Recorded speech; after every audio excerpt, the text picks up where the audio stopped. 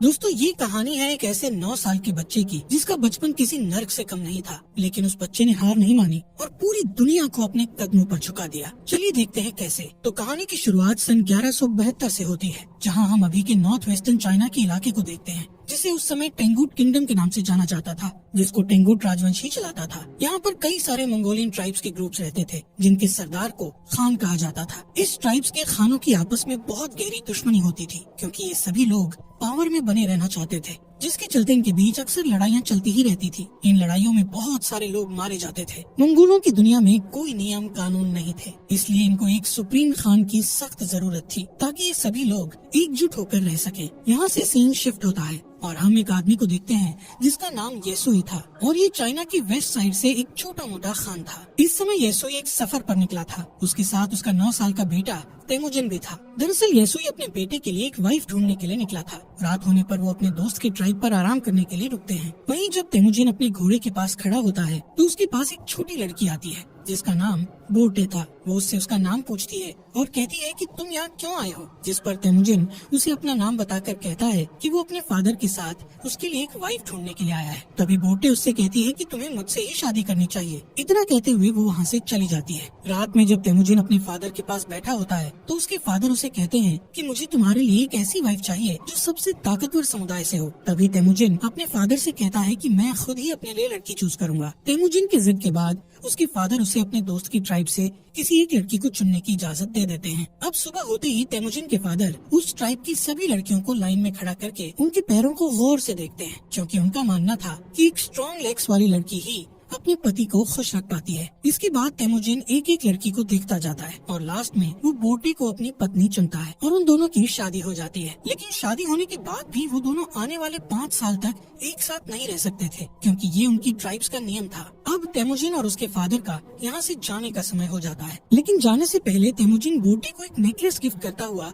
उसे कहता है कि वो उसके लिए जल्द ही वापस आएगा। यहाँ से येसुई तेमुजिन और अपने लोगों के साथ सफर पर निकल जाता है। कुछ दूर चलने के बाद वो लोग एक जगह पर आराम करने के लिए रुकते हैं। यहाँ पर वो सभी लोग काफी सतर्क थे, क्योंकि ठीक उनके सामने थोड़ी दूर एक और खान की ट्राइब के लोग बैठे थे। थोड़ी देर बाद उस खान का एक आदमी येसुई के लिए एक कटोरी में दूध लाता है, जिसका मतलब शांति का पैगाम था, और वो लोग समझौता करना चाहते थे। येसुई वो दूध की कटोरी ले लेता है और सामने बैठे खान के लिए भी अपनी तरफ से एक दूध की कटोरी भेजता है। येसुई के आदमी येसुई को खुद वो दूध पीने से पहले अपने किसी नौकर को पिलाने के लिए बोलते हैं, लेकिन येसुई उन्हें ऐसा करने से मना कर देता है, क्योंकि वो उस खान का विश्वास नहीं तोड़ना चाहता था और खुद ही वो दूध पी जाता है। दूसरी तरफ खान भी येसुई का भिजवाया हुआ दूध पी लेता है। थोड़ी देर बाद जब वो लोग अपना सफर फिर से जारी रखते हैं तो रास्ते में अचानक ही येसुई के सीने में बहुत तेज दर्द होने लगता है, जिससे वो अपने घोड़े से गिरकर मर जाता है। यहाँ हमें पता चलता है कि ये सब उस खान के दिए गए दूध के कारण हुआ था, क्योंकि खान ने उस दूध में जहर मिलाकर दिया था। तभी तेमुजिन अपने फादर के पास जाता है, लेकिन उसके साथ के सभी लोग उसे यहीं पर अकेला छोड़कर वहाँ से जाने की तैयारी करने लगते हैं, क्योंकि उनके बीच एक परंपरा थी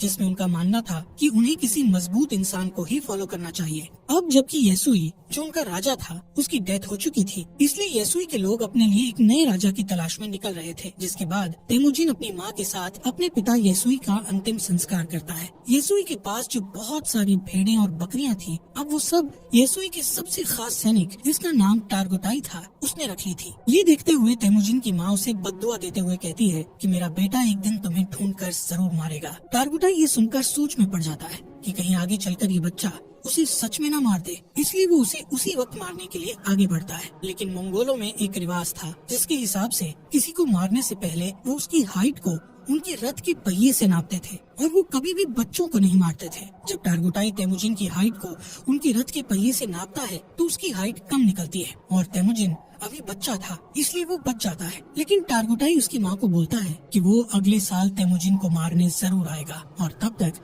उसकी हाइट और उम्र भी बढ़ चुकी होगी। कुछ महीनों बाद जब सर्दी आ जाती है तो तेमुजिन के पास छुपने के लिए कोई भी जगह नहीं थी। तभी उसे अपने फादर की बात याद आती है कि उन्होंने कहा था कि गॉड टेंगरी उनकी बुरे वक्त में मदद जरूर करेंगे। इसीलिए वो सीक्रेट माउंटेन की तरफ जाने लगता है, लेकिन रास्ते में अचानक उसका पैर बर्फ से जमी झील पर टिक जाता है और वो उस झील के अंदर ठंडे पानी में गिरकर डूबने लगता है। वो डूबकर मरने ही वाला था, लेकिन तभी वहाँ उसकी ही उम्र का एक लड़का जिसका नाम जमूखा था उसे झील से बाहर लाकर उसकी जान बचा लेता है। यहाँ पर जमूखा और उसका बड़ा भाई तेमुजिन को अपने साथ घर ले जाते हैं और उसे खाना खिलाते हैं। तेमुजिन उसकी जान बचाने के लिए उनका शुक्रिया अदा करता है। इसके बाद जमुखा और उसका भाई अपने अपने हाथ पर कट लगाकर अपना खून दूध में मिलाकर तेमुजिन को वो दूध पीने को कहते हैं। तेमुजिन वो दूध पी जाता है और अब वो 2 नहीं बल्कि 3 भाई बन गए थे। उन्होंने तेमुजिन को अपना भाई बना लिया था। अगली सुबह टारगुटाई अपने लोगों के साथ तेमुजिन को ढूंढता हुआ यहाँ आ जाता है ताकि वो तेमुजिन को जान से मार सके। टारगुटाई के लोग तेमुजिन को पकड़कर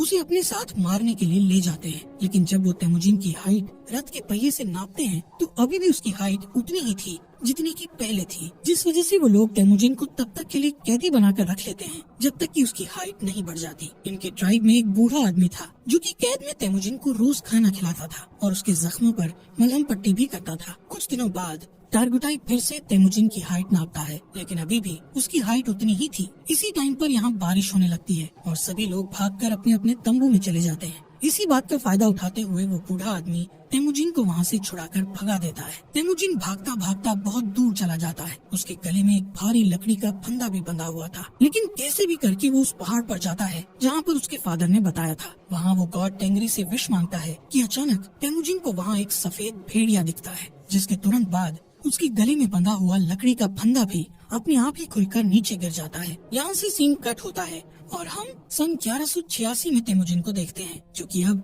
एक नौजवान लड़का बन चुका था। लेकिन तेमुजिन अभी भी टारगुटाई के लोगों से बचकर भाग रहा था। कई सालों से टारगुटाई के लोग तेमुजिन को ढूंढ रहे थे और एक दिन वो तेमुजिन को ढूंढ ही लेते हैं और उसे पकड़कर फिर से कैदी बनाकर उसी लकड़ी के फंदे में रखते हैं जिसमें उसे बचपन में रखा गया था। अब क्योंकि तेमुजिन की हाइट और उम्र बढ़ चुकी थी, इसलिए उसके मरने के चांसेस बहुत ज्यादा थे। लेकिन टारगुटाई उसे जान से नहीं मारता क्योंकि वो उसे अपनी जान की भीख मांगते हुए देखना चाहता था। लेकिन तेमुजिन टारगुटाई से बोलता है कि मैं खुशी खुशी मर तो सकता हूँ, लेकिन तुम्हारे आगे अपनी जान की भीख कभी नहीं मांगूंगा। ये सुनकर टारगुटाई उसे टॉर्चर करना शुरू कर देता है और उसे कहता है कि अब मैं तुम्हें धीरे धीरे तड़पा तड़पा कर मारूंगा। यहाँ पर हम देखते हैं कि वो बूढ़ा आदमी अभी तक जिंदा था और वो फिर से तेमुजिन के पास जाकर उसे पानी पिलाता है। उसी दिन शाम को जब सभी लोग आपस में बिजी थे तो टारगुटाई तेमुजिन के पास अकेला उससे बात करने जाता है। इसी बात का फायदा उठाकर तेमुजिन उसी लकड़ी के फंदे से जिससे उसे बांधा गया था उससे टारगुटाई को मारकर वहाँ से भाग जाता है।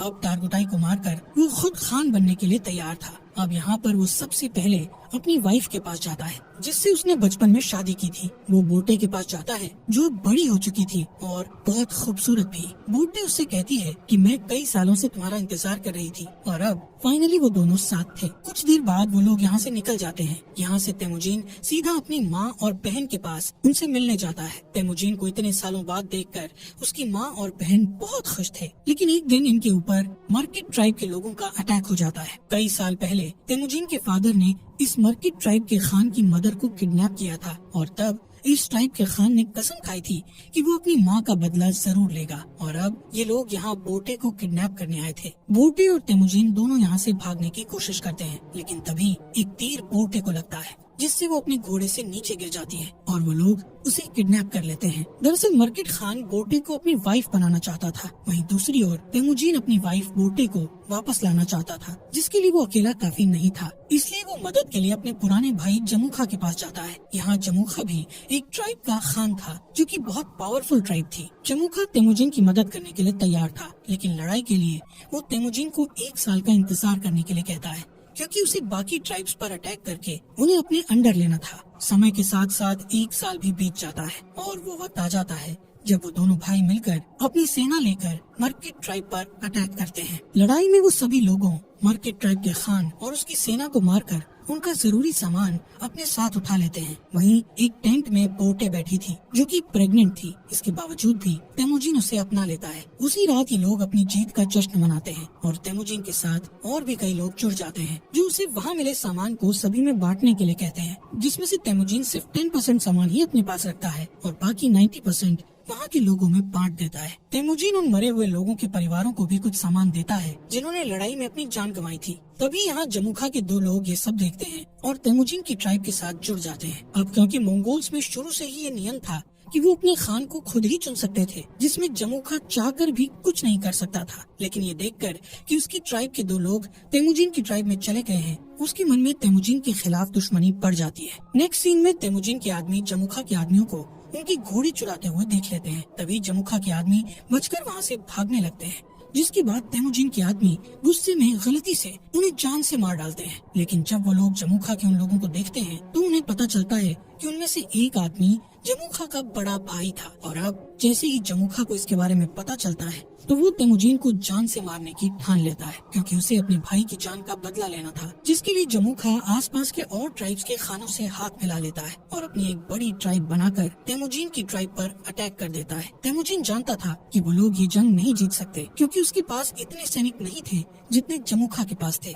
इसलिए वो अपनी ट्राइब की औरतों और बच्चों को वहाँ से जाने के लिए कहता है और बाकी लोगों को लड़ने के लिए बोलता है। इस लड़ाई के बीच तेमुजिन अपने सैनिकों के साथ हार जाता है और जमुखा उसे और उसके सैनिकों को बंदी बना लेता है। जमुखा तेमुजिन को अभी भी भाई बोलता था, लेकिन वो अपने बड़े भाई की जान का बदला लेना चाहता था। इसलिए वो तेमुजिन को अपनी जान बचाने के लिए गिड़गिड़ाते हुए देखना चाहता था। इसके बाद वो तेमुजिन को अपना गुलाम बना लेता है और किसी और ट्राइब के लोगों को बेच देता है, जहाँ सजा के तौर पर तेमुजिन को रेगिस्तान में काफी दूर पैदल चलना पड़ता है। बहुत दूर चलने के बाद ये लोग एक शहर पहुँच जाते हैं जहाँ टेंगू डायनेस्टी का शासन था। ये लोग तेमुजिन को एक जगह बैठाते हैं ताकि दूसरे लोग उसको देखकर उसे खरीद सकें। एक दिन इस सल्तनत का राजा बाजार आया हुआ था। तभी वो तेमुजिन को देखता है और उसे चंद पैसों में खरीदने के लिए अपने लोगों से बात करता है। लेकिन उस राजा के लोग तेमुजिन को खरीदने से उसे मना करते हैं, लेकिन फिर भी वो तेमुजिन को खरीद लेता है। इसके बाद तेमुजिन को एक पिंजरे जैसे कमरे में रखा जाता है जो शहर के बीचों बीच था, ताकि बाहर से लोग उसे देखकर हंस सकें और उसका मजाक उड़ाते हुए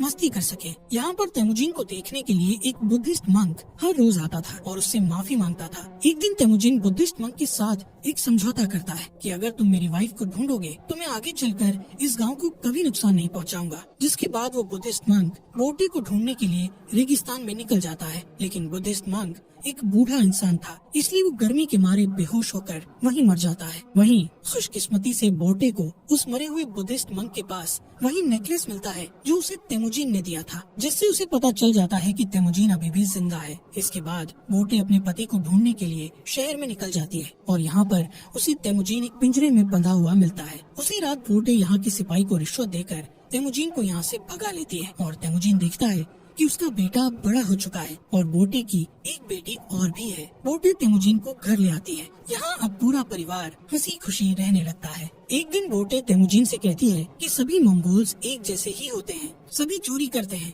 और एक दूसरे को मारते हैं। मंगोल्स के लिए ये चीज एक आम बात है, लेकिन बोटे की इस बात का तेमुजिन पर बहुत गहरा प्रभाव पड़ता है और वो अपनी फैमिली को छोड़कर वहाँ से निकल जाता है। वो डिसाइड करता है कि अब वो सभी ट्राइब्स को मिलाकर एक नया मंगोल राज बनाएगा, जिसमें सभी के बीच नियम और कानून होंगे। तेमुजिन अब डिसाइड कर चुका था कि अगर इस काम को पूरा करने के लिए उसे किसी की जान भी लेनी पड़े तो वो पीछे नहीं हटेगा। वो 3 नियम बनाता है, जिसमें पहला नियम था कि औरतों और बच्चों को कभी नहीं मारा जाएगा। दूसरा नियम था कि दुश्मन से मरते दम तक लड़ा जाएगा और तीसरा नियम ये था कि कोई भी अपने खान को धोखा नहीं देगा। यहाँ से सीन कट होता है और हम सन 1196 को देखते हैं, जहाँ कई साल पहले तेमुजिन ने कसम खाई थी कि वो मंगोल की बड़ी आर्मी बनाएगा और अब उसने बहुत सारे ट्राइब्स को जीतकर एक साथ जोड़कर एक बड़ा मंगोल बना लिया था। अब उसके रास्ते में एक ही रुकावट थी जो उसको राजा बनने से रोक रही थी, और वो रुकावट और कोई नहीं बल्कि उसका भाई जमुखा ही था। जमुखा के पास भी एक बहुत बड़ी आर्मी थी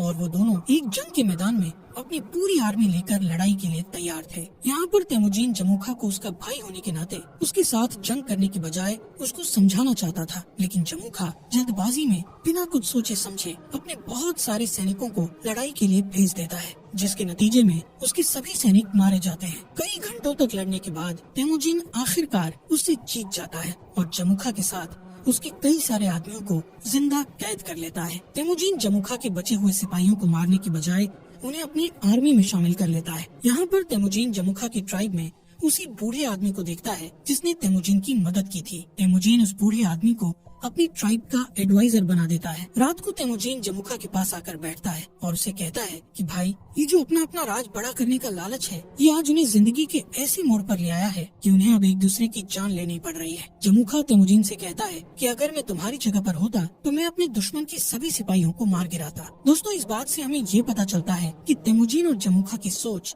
कितनी अलग थी। इस बातचीत के बाद तेमुजिन अपने भाई जमुखा को माफ कर देता है और उसे यहाँ से जाने के लिए कहता है। इसके बाद हम बोर्टे को देखते हैं जो तेमुजिन के पास आई हुई थी। तेमुजिन बोर्टे और अपने बच्चों को देखकर बहुत खुश होता है। यहाँ से सीन शिफ्ट होता है और हम सन 1206 में तेमुजिन को देखते हैं, जो इस समय सारे मंगोल्स का खान बन गया था, जिसका नाम गेंगिस खान पड़ गया था और उसे एक और नाम से भी जाना जाने लगा था, जो कि था चंगेज खान। इसके बाद उसने पूरे के पूरे टेंगुट साम्राज्य का खात्मा कर दिया था और एक नए सिरे से साम्राज्य की स्थापना की। उसने मोनेस्ट्री शहर को उस मंक की आखिरी इच्छा समझकर छोड़ दिया, क्योंकि उस मंक ने तेमुजिन से कहा था कि अगर मैं तुम्हारी पत्नी को ढूंढकर तुम्हारे बारे में बता दूं, तो तुम इस मोनेस्ट्री शहर को तबाह नहीं करोगे। और आगे चलकर ये मोनेस्ट्री शहर मंगोल साम्राज्य का फाउंडर बना, एक ऐसा साम्राज्य जो कि इतिहास के सबसे बड़े साम्राज्यों में से एक था। दोस्तों, हमारे फॉक्स एक्सप्लेनर हिंदी चैनल को सब्सक्राइब करना मत भूलना।